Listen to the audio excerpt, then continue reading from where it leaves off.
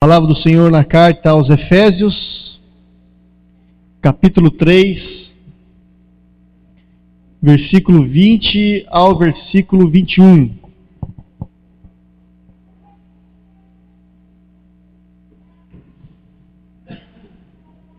Efésios, capítulo 3, versículo 20 ao versículo 21.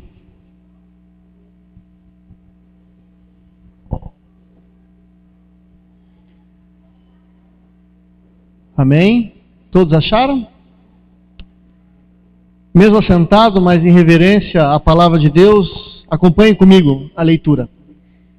Aquele que é capaz de fazer infinitamente mais de tudo quanto pedimos ou pensamos, de acordo com o seu poder que atua em nós, a Ele seja glória na Igreja e em Cristo Jesus, por todas as gerações, para todo sempre. Amém. E amém. Aquele que é capaz de fazer infinitamente mais de tudo quanto pedimos ou pensamos. Amém? Feche seus olhos, vamos orar. Senhor, em nome de Jesus, eu quero pedir nesse momento, Deus, a capacitação do Teu Santo Espírito. Senhor, se o Senhor não falar aos nossos corações, se o Senhor não potencializar essas palavras que vão sair dos meus lábios, de nada adianta, Deus. Por isso pedimos, Deus, que o Senhor nesse momento fale conosco. Capacita-me, usa-me, Deus, como instrumento do Teu poder e abençoa os irmãos. Abra os seus ouvidos para que eles possam ouvir a Tua voz, para que eles possam colocar em prática aquilo que vai ser falado. Deus, e também eu peço, Deus, na autoridade que é no nome de Jesus, que toda ação do diabo em roubar essa palavra, em trazer confusão nesse momento, caia por terra agora, em nome do Senhor Jesus Cristo. Amém e amém.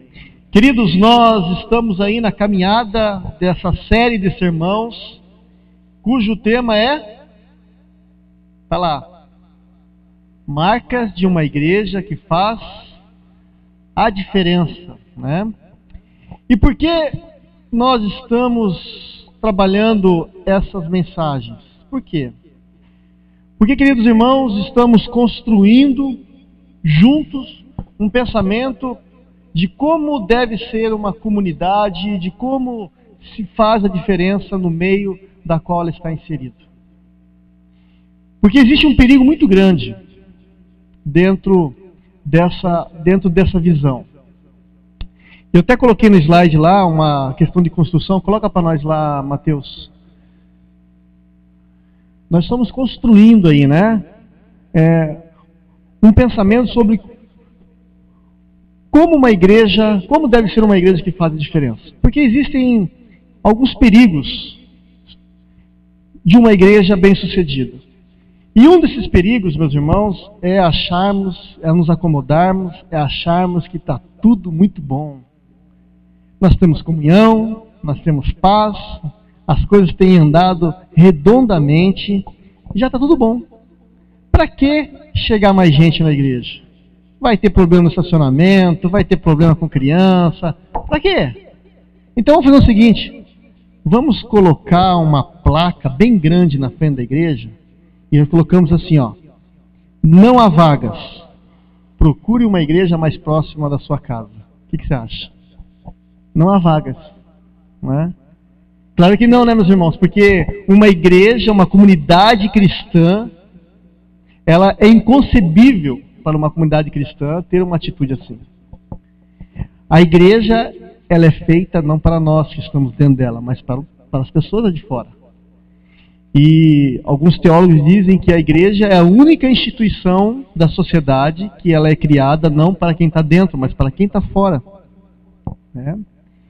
Então, meus irmãos, se nós voltar naquele gráfico lá embaixo, lá no primeiro gráfico, Mateus, nós vamos ver que ali tem um guindaste. E o peso do guindaste, nós falamos na semana passada sobre a centralidade da palavra de Deus.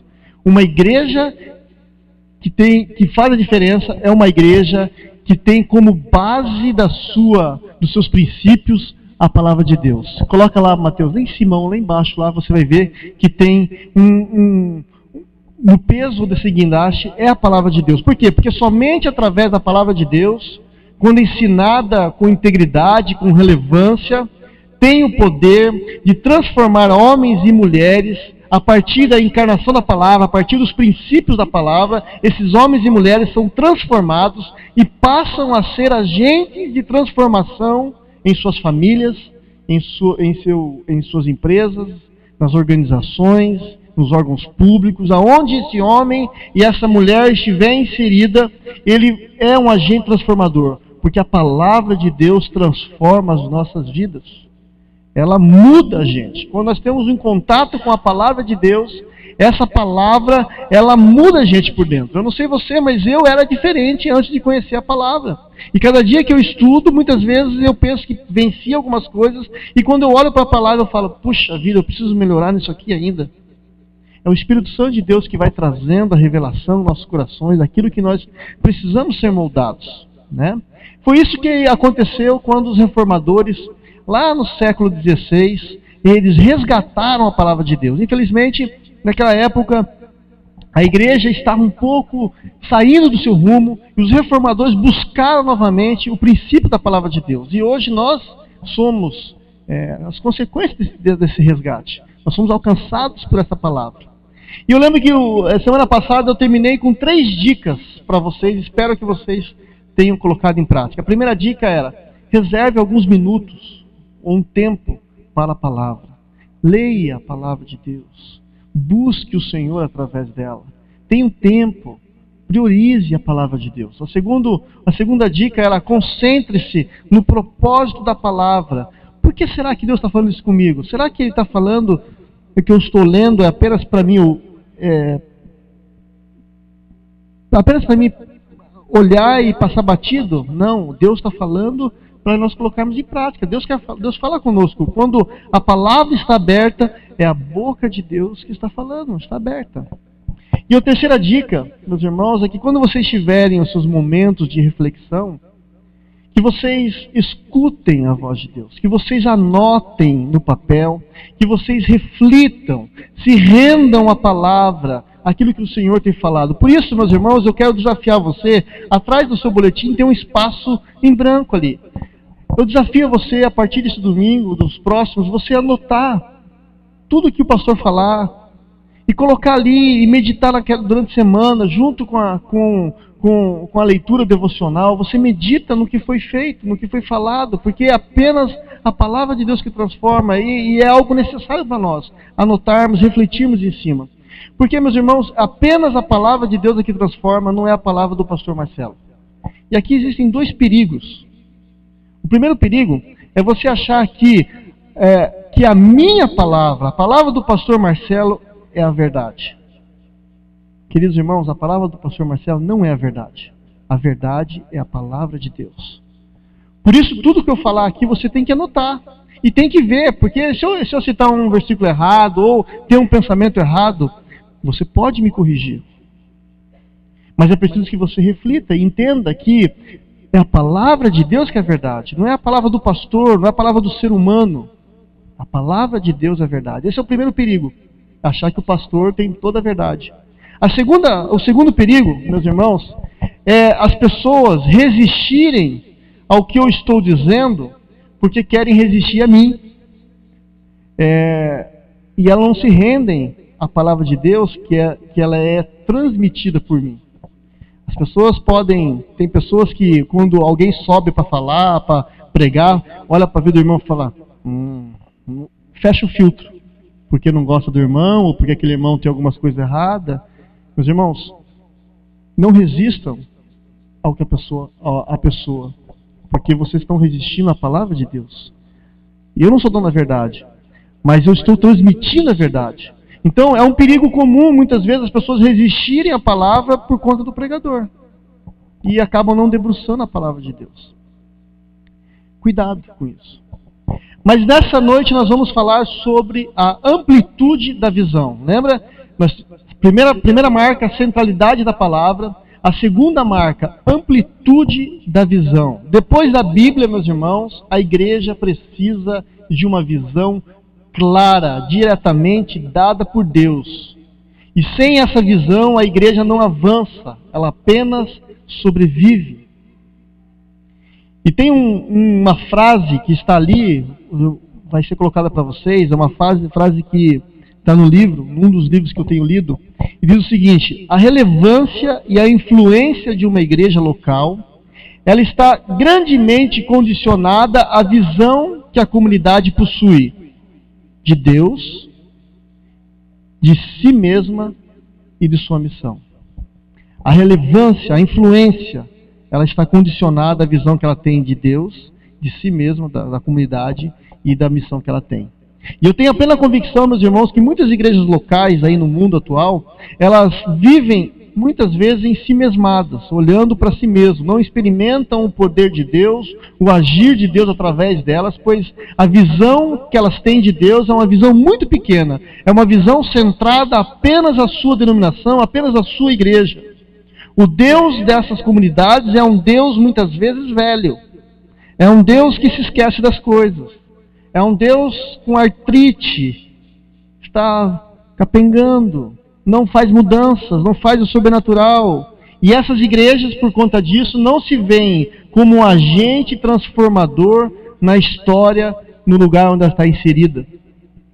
Mas essas igrejas, meus irmãos, muitas vezes ela têm uma visão de si mesma como museus, né? Tentando manter as suas tradições, tentando manter as suas tradições religiosas do passado, e consequentemente a missão dessas igrejas, ela está limitada, ela está estagnada, voltada para si mesma. Não possui uma visão clara de Deus. A Bíblia, meus irmãos, é um livro que mais fala de pessoas que tiveram uma visão em toda a história. Se nós olharmos para o texto, para a palavra de Deus no Antigo Testamento, nós vemos a história de Neemias, que recebeu uma visão de Deus para reconstruir os muros de Jerusalém que estava caído. Nós olhamos para a vida de Moisés e vemos que ele teve uma visão de Deus, um chamado de Deus para tirar o povo da terra do Egito.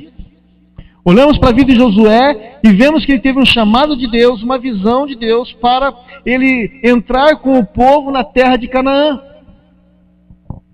Olhamos para a vida de Salomão, filho de Davi, e vemos que ele teve um chamado de Deus, uma visão de Deus para construir um templo. Foi orientado para construir um majestoso templo de Jerusalém.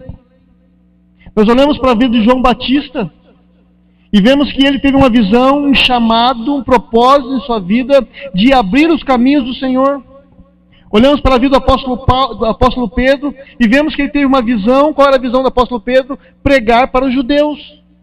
E consequentemente o apóstolo Paulo teve um chamado, uma orientação, uma visão para pregar para os gentios. Na história secular, nós também podemos ver outros exemplos de homens que tiveram visões, que tiveram um chamado. Olhamos para a vida de Gandhi e vemos que Gandhi ele tinha uma visão de ver uma Índia independente da Inglaterra e mais humanitária. Eu sei que hoje eles estão independentes da Inglaterra, não sei se são humanitários, mas ele tinha uma visão, um chamado, ele correu atrás disso. Nós olhamos para a vida do reverendo Martin Luther King, que tinha uma visão de uma América igualitária, livre, aonde o preconceito racial não haveria, onde o negro seria julgado pelos seus crimes e não pela cor da sua pele. Esse homem tinha uma visão de Deus. Agora, se nós pegarmos aquela frase e mudarmos ela, e colocarmos ali a palavra igreja, e colocarmos a palavra cristão, a frase fica: a influência, né, e a relevância e a influência de um cristão está grandemente condicionado à visão que essa pessoa possui de Deus, de si mesma e de sua missão. É uma grande verdade isso. Muitas pessoas não têm uma visão clara de Deus, porque não têm uma visão clara de si mesmo, do chamado que Deus tem para ela. Qual é a sua visão de Deus? A maneira pela qual você vive, queridos irmãos, a maneira pela qual você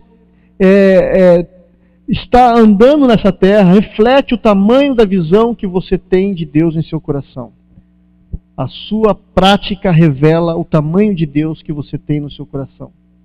Se você vive um cristianismo de domingo, é sinal que o seu Deus é pequeno demais. Se o seu cristianismo se resume a frequentar uma igreja de domingo, é sinal que o seu Deus é pequeno demais. Se você recorre a Deus em momentos, em uma situação de emergência, depois que todas as alternativas se esgotaram, o seu Deus é um Deus pequeno demais. Se você vive um cristianismo que não tem influenciado a sua casa, a sua família, o local onde você trabalha, onde você convive com seus amigos, o local da sua faculdade, é sinal que o seu Deus é pequeno demais. E hoje eu quero convidar a você a avaliar o tamanho do seu Deus. Talvez, meus irmãos, a sua visão de Deus seja pequena, porque a sua visão de si mesmo também é pequena. Você se considera um nada, você se considera incapacitado, você se considera o coitadinho, você se considera o menor dos menores. E isso influencia também, meus irmãos, na visão que você tem de você mesmo na obra de Deus. Eu não faço porque eu não sei, não fui capacitado para isso. Tem pessoas que são melhores, pessoas que são mais inteligentes. E aí começa. Se você tem uma visão mesquinha de ser um profissional bem-sucedido e ganhar dinheiro e nada mais, o teu Deus é um Deus pequeno demais. E eu quero ajudar você a ter uma visão maior de Deus, porque todos nós fomos escolhidos a dedo por Deus. Quando você foi inserido no ventre da sua mãe, através do esperma, o óvulo, existiam milhões de espermas, mas você foi escolhido, você é único. Deus escolheu você. Diante dos olhos de Deus, você é grande. Mas, infelizmente, muitas pessoas não têm esse entendimento. Cuidado com a sua visão. Cuidado com o cristianismo que você tem vivido hoje. Porque é um cristianismo bonito, legal, gostoso, mas é um cristianismo que não salva. Que não te leva a viver aquilo que Deus tem para a sua vida. E quando olhamos para esse texto de Efésios, capítulo 3, versículo 21,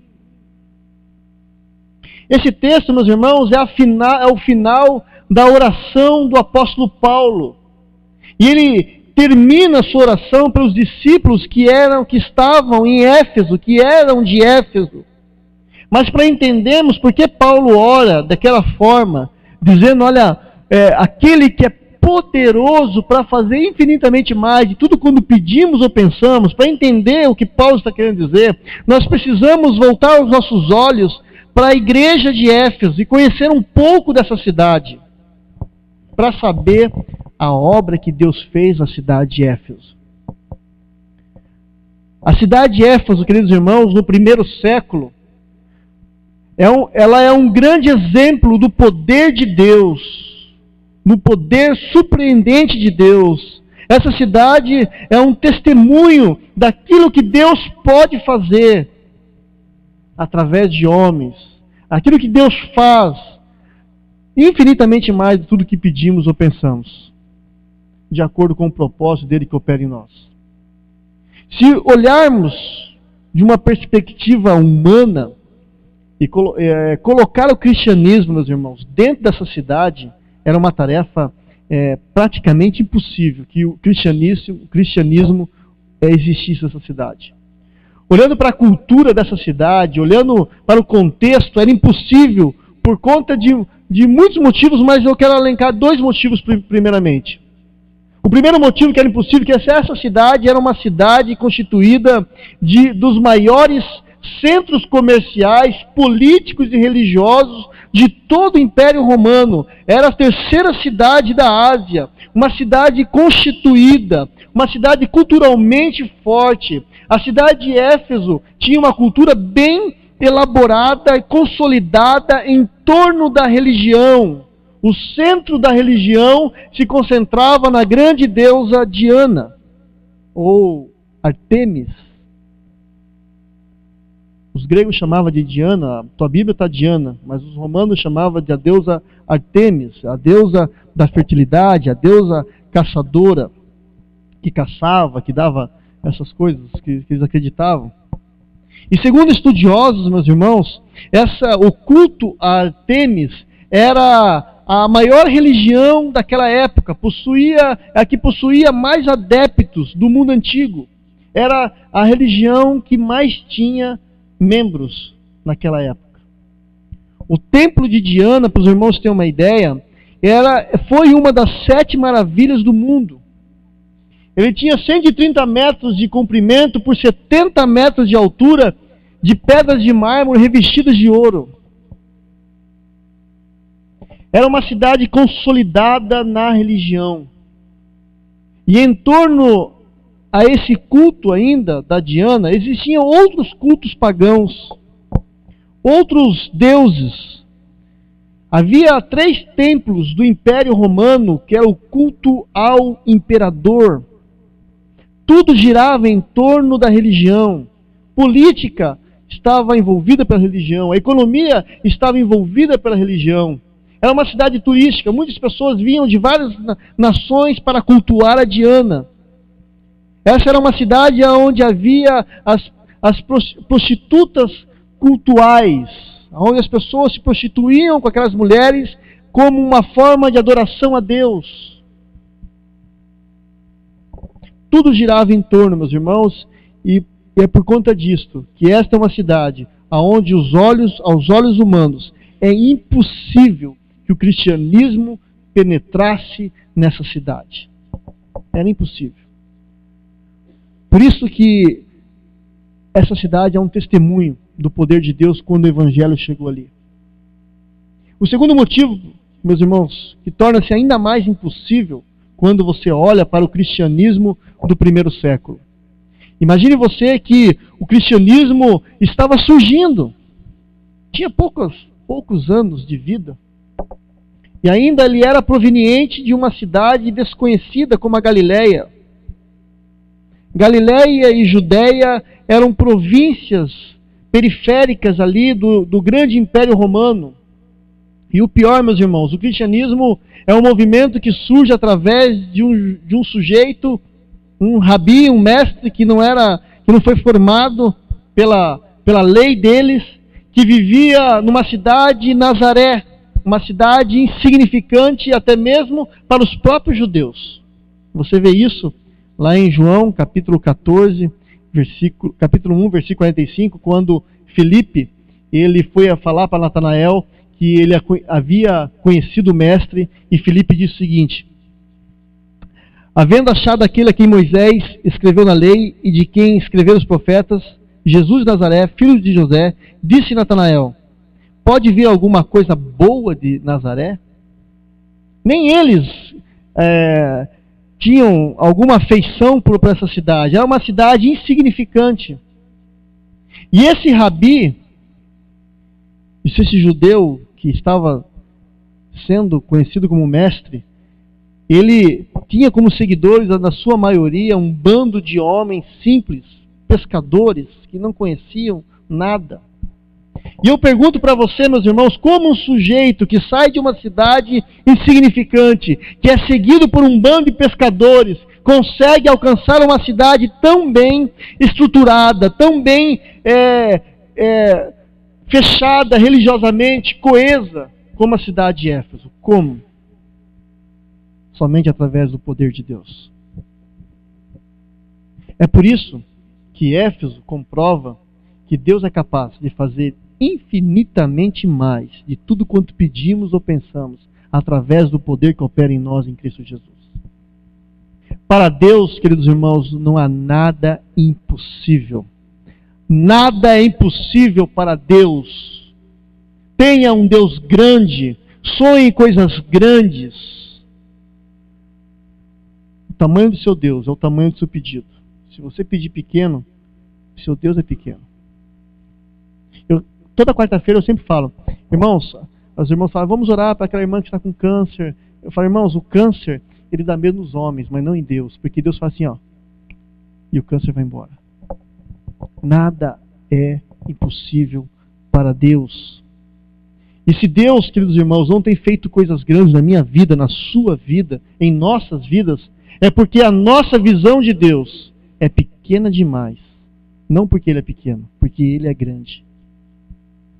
Se Deus não tem feito grandes coisas através das nossas vidas, muitas vezes, no que diz respeito à nossa missão, ao nosso chamado, à nossa missão como igreja, é porque a nossa visão, muitas vezes, está restrita ao nosso próprio umbigo. Nos fechamos em nós mesmos. Vivemos uma redoma de proteção. Porque Deus quer fazer coisas grandes através de mim e de você. Ele espera, Ele anseia isso. Qual é a sua visão de Deus? O que você pensa de Deus? O que você espera de Deus? O que você sonha com Deus? Sabe, meus irmãos, que muitas pessoas têm sonhos particulares. Eu tenho certeza que Deus se preocupa com eles, mas quando você sonhar as coisas de Deus, os seus sonhos particulares também vão ser alcançados, porque Deus honra aquele que o honra. Mas quando colocar os nossos sonhos primeiros as nossas coisas pessoais diante de Deus primeiramente, você pode até conseguir, mas é tudo mais difícil para um cristão que ama Deus, nesse sentido. E quando pensamos nesse versículo, no versículo de Efésios, que Deus é capaz de fazer infinitamente mais de tudo como pensamos ou pedimos, nós muitas vezes pensamos nisso, e por conta da teologia da prosperidade, dessa teologia que está aí fora, pensamos sempre que Deus pode fazer grandes coisas em nossa vida pessoal, em nossa vida material, em nossas conquistas pessoais. Mas não é isso que esse texto está dizendo. Você não pode se apropriar nesse texto para essa situação. O que esse texto está dizendo? Ele está dizendo que Deus é capaz de mudar a estrutura de uma cidade. Deus é capaz de mudar a economia de um lugar, a situação, transformar vidas, pessoas, mudar a estrutura de uma família para que você seja um agente transformador dele em qualquer situação, mesmo em causas impossíveis. Você pode mudar a história da vida de pessoas, em situações, para que a glória de Deus seja engrandecida. Eu e você podemos fazer isso. Irmãos, e muitas igrejas já descobriram essa chave. Muitas igrejas estão crescendo e transformando vidas e vidas e mais vidas de pessoas, sacando pessoas do inferno, onde elas viviam nas drogas, na prostituição, onde pessoas dizendo assim, olha, esse aqui não tem mais jeito. A igreja tem jeito sim, porque Jesus transforma. E a palavra de Deus diz, então, que Paulo, ele leva essa mensagem até Éfeso. Ele consegue, através do poder de Deus, romper com as estruturas de uma cidade, onde tudo estava envolto à religião. Ele apresenta não mais uma religião, mas um Deus vivo. E lá em Atos, capítulo 19, versículo 20, diz, assim a palavra do Senhor crescia e prevalecia poderosamente. A cidade de Éfeso começou a ser conquistada. Irmãos, 3 semanas apenas. Não foram 3 anos, um projeto de 3 anos. Não foi uma viagem que Paulo passou e teve que parar em Éfeso. Paulo fundou uma igreja forte em Éfeso. O impossível aos olhos humanos aconteceu.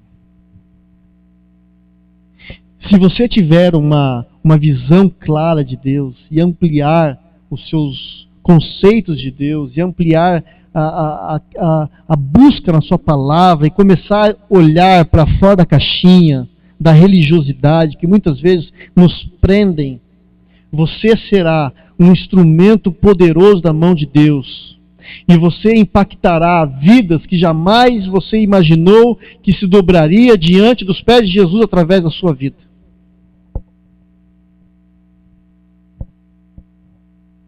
Nada é impossível para Deus. Eu vou parar por aqui. Nós vamos continuar esse sermão semana que vem e vamos ver como que Paulo conseguiu fazer essas coisas.